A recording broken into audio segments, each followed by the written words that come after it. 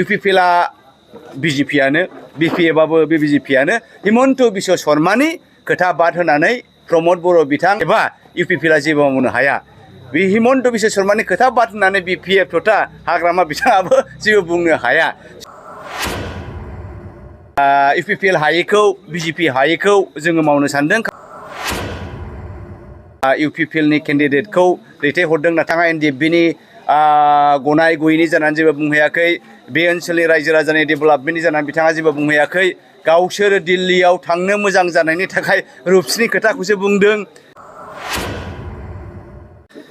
गिबि गिबिथारावनो गोबाव समनि उनाव खनसे फैफिनबाय, बेखायनो नैबे बाइ इलेक्सनखौ लोब्बा लाखिनानै गासै बे सिडली MLA तथा बिधान सभा समस्तिनि सिबिजाथाव मानगोनां रायजो राजा नोंथांमोननिसिम इन्डियान नेशनेल कंग्रेसनि जानानै आसाम प्रदेश कंग्रेस कमिटिनि साधारन सम्पादक जानानै आरो बिथां जोंनि सिडली समस्तिनि केन्डिडेट जानानै आरो जोंहा BTCनिनो सासे गुनगोनां अर्जुन कासुआ बिथांनि जानानै खुलुमबावबाय।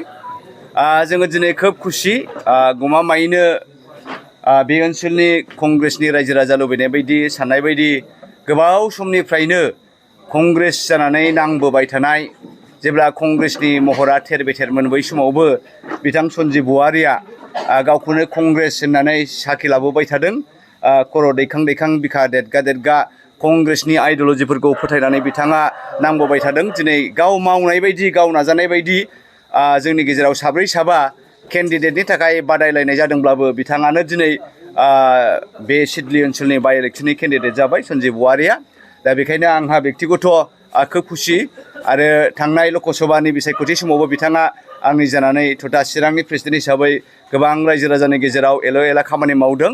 नोंगौ जोंनि खाफाला मोजां नङा, रायजो राजानि चइस मथे जाय हक दिनै रायजो राजाफ्रा जों मिथिदों जे बे ओनसोलनि चिरां ओनसोलनि रायजो राजाफ्रानो बयबो बुंदों जे नोंगौ जोङो UPPLनि केन्डिडेटखौ दैथायहरदों नाथाय जोङो रिग्रेट जाबाय। बिथाङा जोंनि जानानै दिल्लीयाव जेबो बुंहैयाखै।